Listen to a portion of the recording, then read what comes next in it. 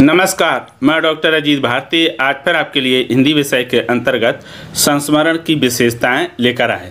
तो हम यहाँ पर संस्मरण की प्रमुख विशेषताएं लेकर आए हैं जो बहुत ही सरल भाषा में आपको आसानी से समझ में आ जाएगी। तो हिंदी साहित्य के अंतर्गत जहाँ जहाँ पाठ्यक्रमों में रखे जाते हैं तो वो सभी के लिए महत्वपूर्ण होने वाले हैं।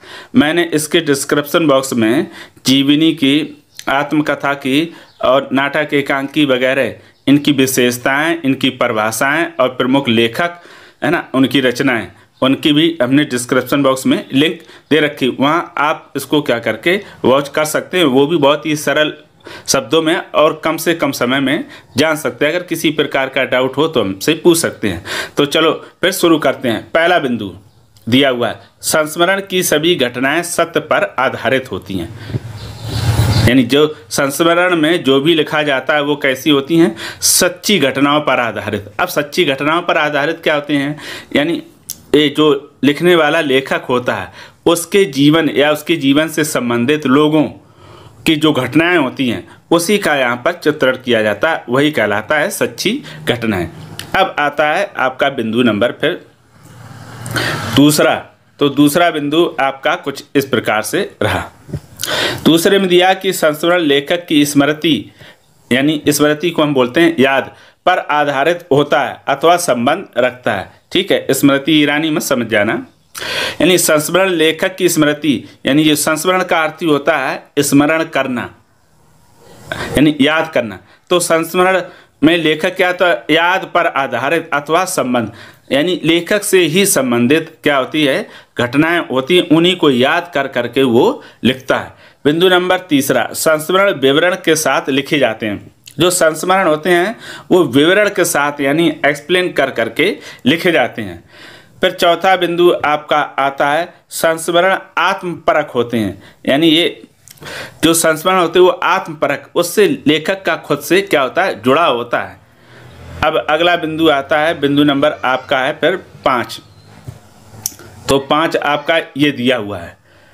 5 में दिया है कि संस्मरण एक गद्य विधा है। यानी संस्मरण कैसी है? गद्य विधा है। ठीक है, तो इसमें कुछ और जानने की जरूरत नहीं है, आप गद्य और पद्य जानते हो। फिर आता है 6, संस्मरण में लेखक अपनी स्मृति चित्रों को शब्दों के माध्यम से व्यक्त करता है।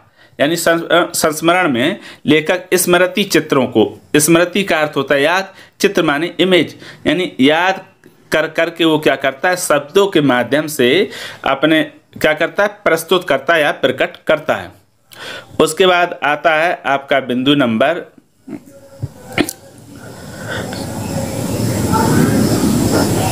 ये बिंदु नंबर आ गया आपका 7वां। संस्मरण में लेखक अपने जीवन की घटनाओं को याद करके लिखता है। यानी संस्मरण के अंतर्गत लेखक अपनी जीवन की घटनाओं को याद कर करके लिखता है। जब भी वो लिखने बैठता है तो बाद में क्या होता है रिकॉल करता है कौन कौन से उसके जीवन में घटनाएं घटित हुई और उसे, और घटनाएं का मतलब होता है जो प्रमुख घटनाएं होती उन्हीं को प्रस्तुत करता है। बिंदु नंबर 8, संस्मरण में किसी भी शैली में लिखी जा सकती है। यानी संस्मरण को लेखक किसी भी शैली में लिख सकता है, इसमें शैली का कोई बंधन नहीं रहता है, जैसा कि नीचे वाले बिंदु में दिया है। बिंदु नंबर आता आपका 9।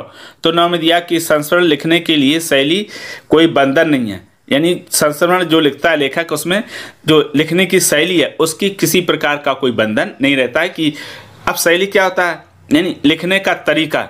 हम बाद में शैली पर भी एक बड़ा वीडियो बना देंगे क्योंकि कई जगह पूछी जाती है शैली। तो शैली होता है लिखने का तरीका, यानी लिखने वाला लेखक व्यंग्यात्मक लिख रहा, विचारात्मक लिखता, भावात्मक, ये कहलाती है शैली। तो संस्मरण के लेखक के लिए कोई बंधन नहीं होता कि आपको इसी शैली में लिखना होगा। ठीक है, यानी शैली से मुक्त होते हैं। उसके बाद आता है आपका बिंदु नंबर 10। तो 10 में दिया हुआ है, संस्मरण के आत्मस्मरण और परस्मरण 2 रूप होते हैं। यानी संस्मरण को कितने प्रकार होते हैं? 2 प्रकार होते हैं। और कौन कौन से मुख्य प्रकार हैं? तो देखो, पहला आपका दिया ये आत्म संस्मरण और दूसरा है पर संस्मरण। अब आत्म संस्मरण क्या होता है, पर संस्मरण क्या होता है? आत्म संस्मरण यानी स्वयं के जीवन से जुड़ा हुआ और पर संस्मरण जो दूसरे के जीवन से जुड़ा हुआ, क्योंकि जब संस्मरण लेखक लिखता है तो उसमें स्वयं की भी को साथ लेकर चलता है और जो दूसरे भी उससे जुड़े रहे उनके बारे में भी लिखता है। तो ये बात आपको समझ में आ गई होगी। अब आता 11, तो संस्मरण में लेखक की अंतरंगता की झलक दिखाई देती है। यानी जब संस्मरण लेखक लिखता है तो अंतरंगता यानी उसके आंतरिक जो विशेषता होती, खूबियाँ होती, उनको भी झलक यहाँ किसी न किसी रूप में प्रकट हो ही जाती है। फिर आता है आपका बिंदु नंबर 12। तो 12 के अंदर संस्मरण महान व्यक्तियों के चरित्रों को लेकर लिखे जाते हैं। जो संस्मरण रहते हैं ये नहीं हर किसी पर लिख दो, जो महान व्यक्ति हुए हैं उनके चरित्र पर लिखे जाते हैं। यानी व्यक्ति स्वयं, लिखने वाला स्वयं के बारे में भी तो लिखता है साथ में, लेकिन वो क्या करता है दूसरों के बारे में भी लिख सकता है। बिंदु नंबर 13, संस्मरण अतीत पर आधारित होते हैं। यानी जो संस्मरण रहते हैं वो बीते हुए समय यानी जो घटनाएं बीत चुकी हैं उन्हीं पर ये आधारित होती हैं, भविष्य पर आधारित नहीं होती हैं, ध्यान रखना। फिर आता है बिंदु नंबर आपका 14। तो 14 बिंदु इस प्रकार से रहा। संस्मरण में लेखक विशेष व्यक्ति से जुड़ी मार्मिक आत्मीय स्मृतियों तथ्यों को रोचक ढंग से लिखता है। यानी संस्मरण में लेखक क्या करता है, विशेष व्यक्ति से जुड़ी, एक तो मार्मिक यानी मार्मिक का अर्थ ऐसी घटनाएं जो हमारे हृदय को क्या हो जाए, छू जाएं। फिर दिया आत्मीय स्मृतियों यानी बिल्कुल आत्मा से स्वयं से जुड़ी हुई यादें, तथ्यों रोचक ढंग से, तो तथ्य के साथ और रोचक यानी रुचि उसमें होनी चाहिए। कहने का मतलब ये कि लेखक संस्मरण को ऐसे रोचक ढंग से प्रस्तुत करता है जिससे पढ़ने वालों को उसमें रुचि आए, नहीं तो अगर रोचक नहीं होंगे तो कोई उसको पढ़ेगा ही नहीं। बिंदु नंबर आता है 15, रोचक, संकेत और प्रभाव संस्मरण के प्रमुख गुण होते हैं। यानी संस्मरण के 3 गुण यहाँ पर बताएं, रोचकता, सांकेतिकता और प्रभाव संस्मरण। यानी संस्मरण में रोचकता हो ताकि पढ़ने वाले का मन लगे और पूरा पढ़ने की उसकी इच्छा हो। संकेत यानी इसमें किसी न किसी यानी अपनी बात संकेत रूप में लेखक रखता चलता है ताकि पाठक को समझ में आए। प्रभाव यानी जो संस्मरण लिखता है लेखक वो कैसा प्रभावशाली, यानी पढ़ने वाले पर उसका सीधा या प्रत्यक्ष रूप से या परोक्ष रूप से उस पर प्रभाव पड़े। तो ये भी इसके गुण होते हैं। अब ये आपके सामने हो गया 15। फिर आता है आपका बिंदु नंबर 16। तो 16 में दिया हुआ है कि संस्मरण का संबंध देश, समय और पात्र तीनों से संबंध रखता है। देखो ये कहा गया है कि जो संस्मरण होते हैं इसका संबंध किससे होता है, देश से होता है, समय से होता है और पात्र मतलब कैरेक्टर, यानी तीनों से संबंध रखता है। जब भी संस्मरण लिखा जाता है तो उसमें देश काल भी रहता है, समय कौन सा है यानी किस समय की घटना है, और पात्र उसका कैरेक्टर मुख्य कौन है, स्वयं लेखक है या कोई दूसरा है। अब आता है 17, संस्मरण में लेखक वर्ड विषय के साथ अपना भी वर्णन करता चलता है। यानी जब कोई लेखक संस्मरण लिखता है तो जो भी लिखता जाता है साथ में अपना भी वर्णन करता चलता है, क्योंकि वो भी उस घटना से जुड़ा भी रहता है। फिर आता है आपका बिंदु नंबर 18।